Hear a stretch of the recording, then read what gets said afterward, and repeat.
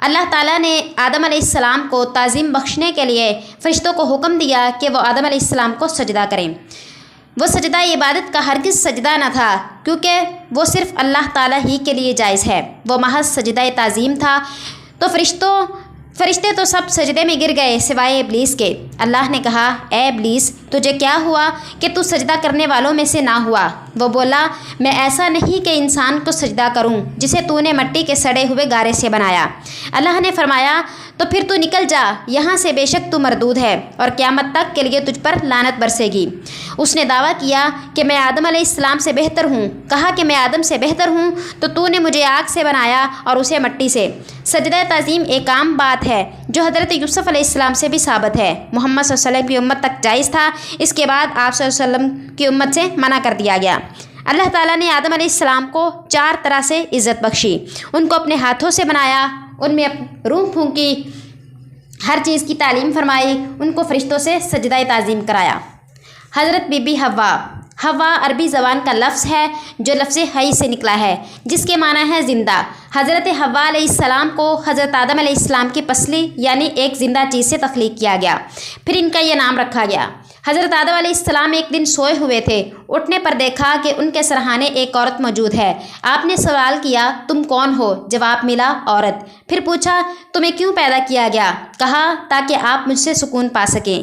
Be be حوا علیہ السلام کی تخلیق کے متعلق مختلف روایات ہیں۔ کچھ کا کہنا ہے کہ آپ کو آدم علیہ السلام کے ساتھ ہی تخلیق کیا گیا، کچھ کا کہنا ہے کہ آپ کے جنت میں جانے کے بعد تخلیق کیا گیا، لیکن یہ آیت اس بات کی تائید کرتی ہے کہ آپ کو جنت میں جانے سے پہلے بنایا گیا۔ ارشاد ہوا کہ تم اور تمہاری بیوی جنت میں رہو اور جہاں سے چاہو کھاؤ پیو، مگر اس درخت کے قریب نہ جانا ورنہ گنہگار ہو جاؤ گے۔ حضرت آدم علیہ السلام کا جنت میں داخل ہونا اور وہاں سے نکلنا۔ اللہ تعالیٰ نے شیطان کو دھتکار دیا اور آدم علیہ السلام کو جنت میں بھیج دیا، لیکن یہ فرمایا کہ وہ شیطان سے ہوشیار رہیں، وہ ان کا کھلا دشمن ہے۔ ارشاد ہوا کہ اے آدم علیہ السلام، یہ ابلیس تمہارا اور تمہاری بیوی کا کھلا دشمن ہے، تو کہیں تم کو جنت سے نہ نکلوا دے اور پھر تم تکلیف میں پڑ جاؤ گے۔ اب آدم علیہ السلام جنت میں بھیج دیے گئے، وہاں جہاں چاہتے گھومتے پھرتے، جو چاہتے کھاتے، سوائے اس ایک درخت کے جس سے اللہ نے منع فرمایا تھا۔ شیطان اس طاق میں تھا کہ کیسے موقع ملے اور ان کو جنت سے نکلوائے۔ چنانچہ اس نے ان کو وسوسہ ڈالتے ہوئے کہا کہ تم کو تمہارے پروردگار نے تمہیں اس لیے منع کیا ہے کہ کہیں تم فرشتے نہ بن جاؤ، اور ان سے قسم کھائی کہ میں تمہارا خیر خواہ ہوں۔ غرض شیطان کے بہکاوے میں آ کر آدم علیہ السلام اور ان کی بیوی نے درخت سے کھا لیا، اور آدم علیہ السلام نے اپنے پروردگار کے حکم کے خلاف کیا اور اپنی مطلوب سے بے راہ ہو گئے۔ اب آدم علیہ السلام اور شیطان دونوں کو اللہ تعالیٰ نے زمین پر اتار دیا اور کہا، تم ایک دوسرے کے دشمن ہو۔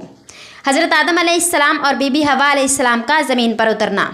جب شیطان زمین پر اترا تو شیطان نے کہا، اے اللہ، تو نے آدم علیہ السلام کی وجہ سے مجھے جنت سے نکالا اور تیری مدد کے بغیر میں اس پر کبھی نہیں ہو سکتا۔ تو اللہ نے فرمایا، تمہیں اس پر مسلط کر دیا گیا ہے۔ اس نے مزید اضافہ مانگا تو فرمایا، جب بھی آدم علیہ السلام کے ہاں اولاد ہوگی ویسے ہی تیرے ہاں بھی اولاد ہوگی۔ اس نے مزید اضافہ مانگا تو فرمایا، ان کے سینے تیرے ٹھکانے ہیں تو ان میں خون کی طرح دوڑے گا۔ اس نے مزید اضافہ مانگا تو اللہ نے فرمایا کہ تو ان پر اپنے گھوڑوں اور پیادوں سے چڑھ، ان کے مال اور اولاد میں اپنا حصہ ڈال۔ آدم علیہ السلام نے کہا، اے اللہ، تو نے شیطان کو لمبی مہلت دی اور مجھ پر اس کو مسلط کیا، اور میں تیری مدد کے بنا اس سے نہیں بچ سکتا۔ تو اللہ تعالیٰ نے فرمایا، جب بھی تیرے ہاں اولاد پیدا ہوگی میں اس کی حفاظت کے لیے ایک فرشتہ مقرر کر دوں گا جو اس کی حفاظت اس کے برے ساتھی شیطان سے کرے گا۔ آدم علیہ السلام نے مزید مانگا تو اللہ نے فرمایا، ایک نیکی کے بدلے 10 کا اجر ملے گا اور اس میں بھی اضافہ کر دوں گا، اور ایک برائی کے بدلے 1 ہی ملے گی اور وہ بھی کسی نہ کسی طرح مٹا دوں گا۔ آدم علیہ السلام نے مزید زیادتی مانگی تو اللہ نے فرمایا، اے میرے بندو، اگر اپنی جانوں پر زیادتی کر بیٹھے ہو تو اللہ کی رحمت سے نا امید مت ہونا، میں تمہیں معاف کر دوں گا۔ آدم علیہ السلام نے مزید زیادتی مانگی تو فرمایا، جب تک اولاد آدم زندہ ہے میں اس کو توبہ کرنے سے نہیں روکوں گا۔ آدم علیہ السلام نے مزید مانگا تو کہا کہ میں بے شک دوں گا، مجھے کوئی پرواہ نہیں۔ اس پر آدم علیہ السلام نے فرمایا بس شیطان انسان پر بہت مسلط ہوگا، مگر اللہ تعالیٰ کی رحمت و مغفرت کا دروازہ بہت کشادہ اور آسان ہے۔ انسان شیطان سے دھوکہ کھانے کی وجہ سے شکست کھاتا ہے، مگر استغفار کر کے اس پر غالب آ جاتا ہے۔ جنت سے نکلنے کی ذمہ داری۔ بہت زیادہ یہ بات کہی جاتی ہے کہ آدم علیہ السلام نے بی بی حوا علیہ السلام کے کہنے سے وہ پھل کھا لیا۔ اسی وجہ سے کہا جاتا ہے کہ عورت ہر برائی کی جڑ ہے۔ ایسا بالکل بھی نہیں ہے۔ قرآن مجید میں یہ بات ہے کہ اللہ نے دونوں کو جنت میں مخصوص پھل کھانے سے منع فرمایا، لہٰذا جنت سے بے دخل ہونے کی ذمہ داری دونوں پر ہی عائد ہوتی ہے۔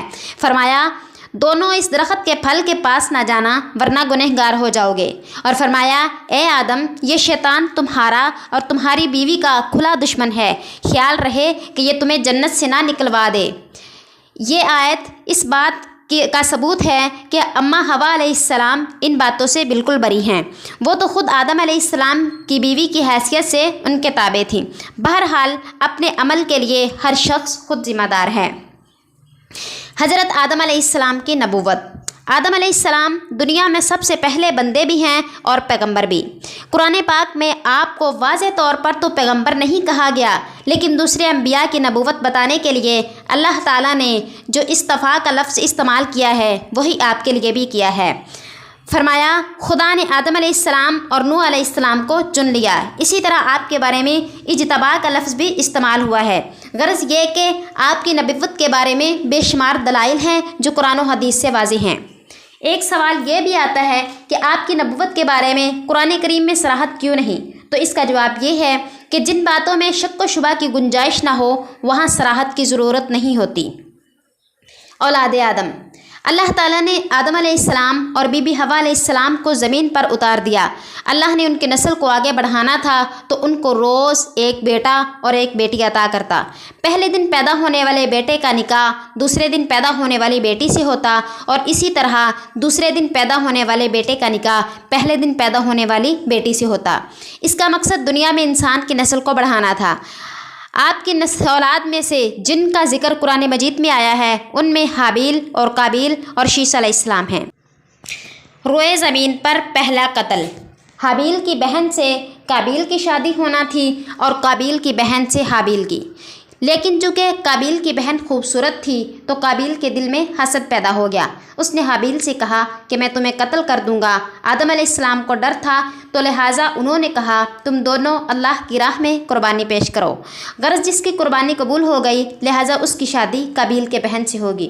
حابیل جو کہ بکریاں چراتا تھا اپنی ویریوڑ کی سب سے عمدہ بکری چن کر لایا اور اسے اللہ کی راہ میں قربان کیا۔ قابیل جو کہ کھیتی باڑی کرتا تھا سب سے سوکھی گھاس قربانی کے لیے اٹھا لایا۔ اس دور کے مطابق آسمان سے ایک آگ کا شعلہ آیا اور بکری کو لے گیا، جس سے ثابت ہوا کہ حابیل کی قربانی قبول ہو گئی۔ قابیل طیش میں آ گیا۔ شیطان نے اس موقع سے فائدہ اٹھاتے ہوئے اس کو مزید بہکایا۔ اس نے پتھر مار کر اپنے سوتے ہوئے بھائی قابیل کو قتل کر دیا۔ حضرت آدم علیہ السلام کی وفات۔ حضرت آدم علیہ السلام سے متعلق مختلف روایات ہیں۔ کچھ کا کہنا ہے کہ ان کی عمر 960 برس تھی، کسی کے مطابق 957 برس تھی۔ ابن کثیر میں روایت ہے حضرت آدم علیہ السلام نے موت کے وقت جنت کے پھلوں کی خواہش کی تو ان کی تلاش میں نکلے تو رستے میں فرشتے ملے اور انہوں نے کہا کہ اس کی ضرورت نہیں، ان کی موت کا وقت آ گیا ہے۔ چنانچہ فرشتوں نے ان کی روح قبض کر لی، ان کو غسل دیا، ان کو کفن پہنایا اور دفن کیا، اور پھر فرمایا کہ تمہارے مردوں کو دفن کرنے کا یہی طریقہ ہے۔ ایک اور روایت میں ہے کہ حضرت شیس علیہ السلام نے جبریل علیہ السلام سے فرمایا کہ میرے والد حضرت آدم علیہ السلام پر نماز جنازہ پڑھیے، تو حضرت جبریل علیہ السلام نے کہا کہ اپنے والد پر نماز جنازہ خود پڑھیں، تو حضرت شیس علیہ السلام نے 30 رکعتوں پر ان کی نماز جنازہ پڑھی اور ان کی تدفین کی۔ کہتے ہیں کہ آپ کو جبل ابن القبیس کے گھر غار انس میں دفن کیا گیا۔ حضرت نوح علیہ السلام نے طوفان کے بعد اپنی کشتی سے اتر کر آپ کو بیت المقدس میں دفن کیا۔ حضرت حوا علیہ السلام کے بارے میں بھی بہت سی روایات ہیں کہ آپ بھی حضرت آدم علیہ السلام کے 1 سال بعد وفات پا گئی اور ان کے ساتھ ہی دفن ہیں۔